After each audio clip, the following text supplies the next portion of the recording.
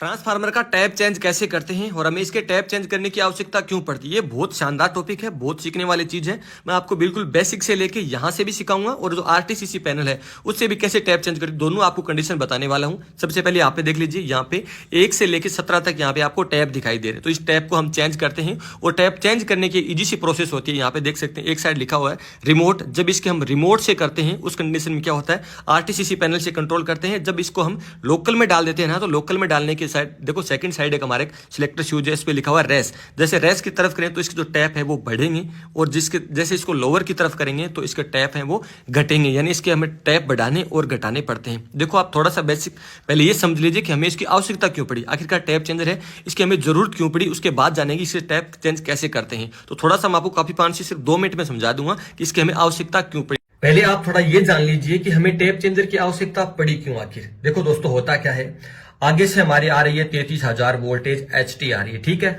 और हमें आउटपुट में क्या मिल रही है, 440 वोल्टेज एसी मिल रही है, ठीक है। हमें कोई दिक्कत नहीं है, इस बात का आप सभी को पता है कि ट्रांसफार्मर एसी पे काम करता है। मैं फालतू चीजों में टाइम बिल्कुल भी आपका जाया नहीं करूंगा, ठीक है। आगे से 33,000 वोल्टेज आ रही है, हमें हमारी 440 मिल रही है स्टेप डाउन होके, हमें कोई प्रॉब्लम नहीं, हमें कोई भी टैप चेंज करने की आवश्यकता नहीं है। अब प्रॉब्लम कब होती है, जैसे आगे से 32,000 वोल्टेज आ रही है, 31,000 वोल्टेज आ रही है, तो यहाँ पे आप मान के चलिए जो 440 वोल्टेज है वो प्रॉपर 440 वोल्टेज नहीं आएगी।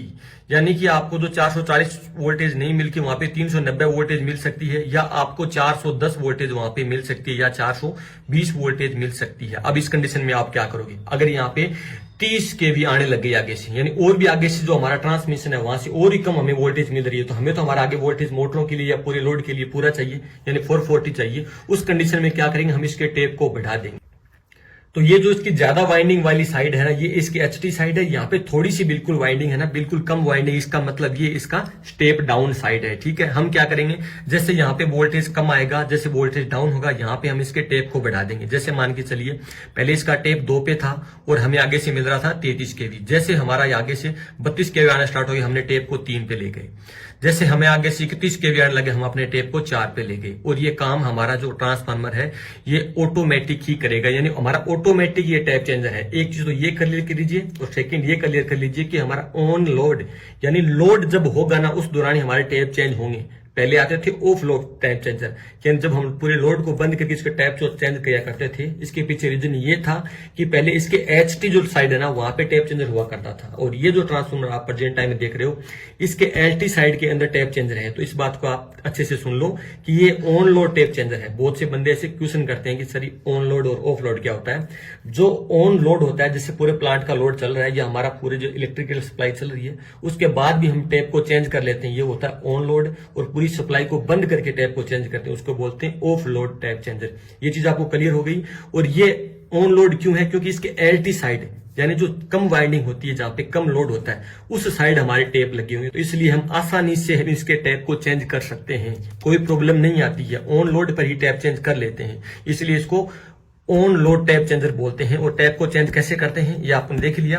कल को ऐसे मान लीजिए यहाँ पे 33 की जगह 35 केवी आना स्टार्ट हो गया ना, तो उस दौरान क्या करेगा, ये टैप को डाउन कर देगा, यानी 4 की जगह 3 पे ले, या 3 से 2 पे ले, या 2 से 1 पे लेगा। जैसे वोल्टेज क्या होगा, यहाँ पे जैसे 35 केवी आना स्टार्ट होगा तो यहाँ 440 की जगह 460 वोल्टेज भी आ सकते हैं। इस दौरान क्या होगा, ये ऑटोमेटिक है जो टैप को चेंज कर देगा। तो ये ऑटोमेटिक टैप चेंजर है, सेंस करके ऑटोमेटिक करता है। चलो अब मैं आपको सिखाता हूं कि ये किस प्रकार काम करता है, स्टेप बाय स्टेप।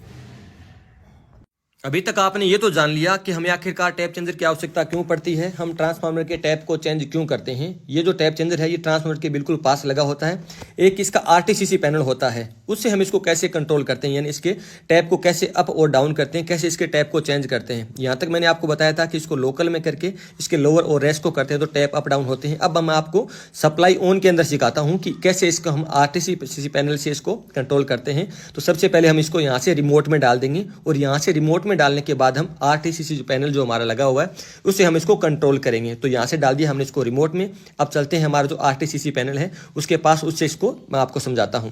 यहां पे देख लीजिए दोस्तों, यहां पे शो कर रहा है 3 नंबर टैप पोजीशन, जो कि आपने पीछे देखा था वहां था 5 नंबर टैप पोजीशन। अब मैं इसको चेंज करके आया हूं और मैं आपको बता देता हूं, अगर पीछे से 5 नंबर या 4 नंबर शो कर रहा है, यहाँ पे अगर यहाँ पे 3 नंबर शो कर रहा है ना, उस कंडीशन में हम क्या करते हैं, यहाँ से आपको एक छोटा सा स्क्रू दिख रहा है ना, यहाँ से इसको एडजस्ट करते हैं। यानी जो हमारे ट्रांसफार्मर के पास जो टैप चेंजर होता है उसमें जो टैप शो करता है ना, वही टैप हो जो यहाँ पे शो करना चाहिए। तो ये चीज़ क्लियर होगी आपकी। उसके साथ ये इसका जो स्विच है इसका ऑन और ऑफ का है, यानी इसके जो पूरा पैनल है इसको ऑन और ऑफ कर सकते हैं, उस दौरान हमारा पूरा ट्रांसफार्मर ऑफ नहीं होगा। उसके साथ आप देख लीजिए जो मैंने वहाँ से बताया ना आपको कि जैसे वहाँ से रिमोट में कर दिया और यहाँ से जैसे इसको ऑटो में कर देंगे ना, तो ये ऑटोमेटिक सेंस करेगा, यानी ऑटोमेटिक ये टैप को चेंज कर देगा। जो कि मैंने आपको बताया ऑनलाइन टैप चेंजर है, ऑटोमेटिक टैप को चेंज कर देता है। जैसे हम इसको मैनुअल में डालेंगे ना, तो मैनुअल में डाल के आप देख लीजिए यहाँ पे लिखा हुआ है रेस, जैसे रेस की तरफ करेंगे तो इसके टैप है वो बढ़ेंगे। जैसे इसको हम पुश करेंगे, बटन को दबाएंगे ना, तो इसकी जो टैप है वो बढ़ेंगे, इस साइड से बढ़ते हैं। और हम ऐसे इसको मैनुअल में डालते हैं पहले, और जैसे हम इसको लोअर करना होगा तो इसको टैप को घटाना होगा। हमें लगता है कि मैनुअल इसके टैप को हम घटाएं, तो हम इसको लोअर की तरफ जो बटन लगा हुआ है उसको हम कंटिन्यू पुश करेंगे, तो इसका जो टैप है वो घटता जाएगा। अब आप यहाँ पे समझ लीजिए जो सामने शो कर रहा है ना, अभी 413 वोल्टेज शो कर रहा है, जो इसका एक्चुअल वोल्टेज है। इसका जो रेस सेट है उसकी साइड देख लीजिए 411 वोल्टेज शो कर रहा है, और जो इसकी लोअर साइड है वहाँ पे देख लीजिए अधिकतम कितना सेट कर रखा है, तो हमने देख लीजिए यहाँ पे 430 वोल्टेज शो कर रखा है। यानी इसके बीच है जो 20 वोल्टेज का डिफरेंस रखा जाता है। जब हम इसको ऑटो में डाल देते हैं तो ये 20 वोल्टेज के बीच में जब रहता है ना, उतनी देर तो क्या करेगा कि जो एक्चुअल वोल्टेज चलेगा, जो टैप है ना उसको बिल्कुल भी चेंज नहीं करेगा। और जैसे ही ये जो टैप है यहाँ पे एक साइड में देख लीजिए आप, डिले टाइमर लगा हुआ है, इस पे 30 सेकंड हमने सेट कर रखा है। अब जैसे क्या होगा, इसको 411 से 430 के बीच में सेट कर रखा है। जैसे ये 405 चला गया और 30 सेकंड तक 405 ही रहा, तो उस कंडीशन में क्या करेगा, ये इसके टैप को बढ़ा देगा। कब बढ़ाएगा, जब इसको हम ऑटो में डाल के रखेंगे, मैनुअल में नहीं बढ़ाएगा। मैनुअल में तो हमें हाथ से करना पड़ेगा। अब देखो 30 सेकंड तक इसका वोल्टेज अप भी चला जाए 30 से, जैसे मतलब 430 की बजाय 440 चला गया, तो वो 30 सेकंड के अंदर अपने एक्चुअल पोजीशन में नहीं आया, तो वो क्या करेगा, वापस टैप को घटा देगा। यहाँ पे आपको जो ब्लिंकिंग दिखाई दे रहा है, जो इंडिकेटर ये है टैप चेंजर इन प्रोग्रेस, जिस समय हमारा टैप चेंज होता है उस दौरान ये ब्लिंक करता है। ये सप्लाई ऑन का इंडिकेशन यहाँ पे शो कर रहा है। ये जो हमारा स्विच शो कर रहा है ये है excess pressure in selector switch chamber है, उसके लिए शो करता है। और ये इसकी जो अपर लिमिट है, जैसे 17 जो टैप उस साइड लगे ना, 1 से लेके 17, तो जब ये 17 पर जाता है अधिकतम पर, तब ये ब्लिंकिंग करता है, और सबसे लोअर पे ये वाला ब्लिंकिंग करता है। तो आपने क्या सीखा, इसका जो टैप चेंजर है वो किस प्रकार करते हैं, और इसका आरटीसी पैनल इसको किस प्रकार कंट्रोल करते हैं। ऑटो मैनुअली किस प्रकार काम करता है, ऑटो में डालते हैं तो ऑटोमेटिक करेगा, और जब इसको मैनुअल में डाल के हम इसके टैप को लोअर और राइज कर सकते, मतलब बहुत इजी है। जो टैप चेंजर का वो सेकंड साइड है वो मैं आपको दिखाऊंगा, वहां पे भी अभी मैंने 3 को सेट कर दिया, यानी 3 टैप पे सेट कर दिया, और यहाँ पे भी 3 टैप है। प्रेजेंट टैप में आपने देखा ना तो वहाँ पे 5 था। एक मैं आपको थोड़ी और चीज दिखा देता हूँ पैनल के अंदर जो आपको सीखने वाली है।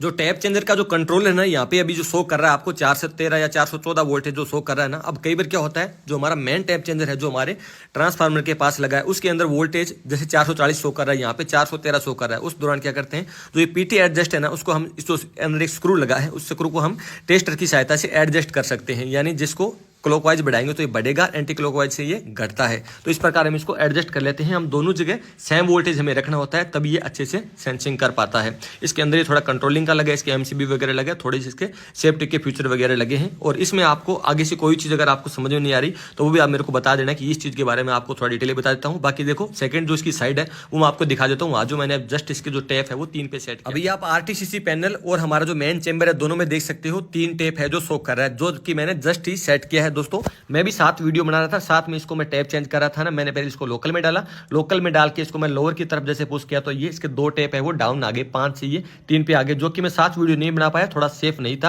अगर आपको इसमें से कोई भी जानकारी समझ में नहीं आई हो तो मेरे को आप कमेंट सेक्शन में लिख देना, मैं आपको डिटेल में पूरा इसका दे दूंगा रिव्यू। बाकी दोस्तों आपको अगर वीडियो अच्छा लगा तो आप वीडियो को लाइक करके चैनल को फॉलो कर लीजिए, क्योंकि मैं आपको इसी तरह की जानकारी बहुत ईजी वे में समझाना चाहता हूँ। जो बच्चा आज तक चीज स्कूल में नहीं पढ़ पाया, जो एक्चुअली एक्सपीरियंस नहीं ले पाया, उस चीज को सिखाने की गारंटी मेरी है। आपका काम बस मेरे से जुड़ना, वीडियो को लाइक करना और वीडियो को अपने साथ शेयर करना। वीडियो को आप सेव भी कर सकते हैं ताकि आपको भविष्य में काम आए और आप कुछ अच्छा सीख पाएं, अच्छा जान पाएं। आई होप आपने कुछ नया देखा है, कुछ नया सीखा है।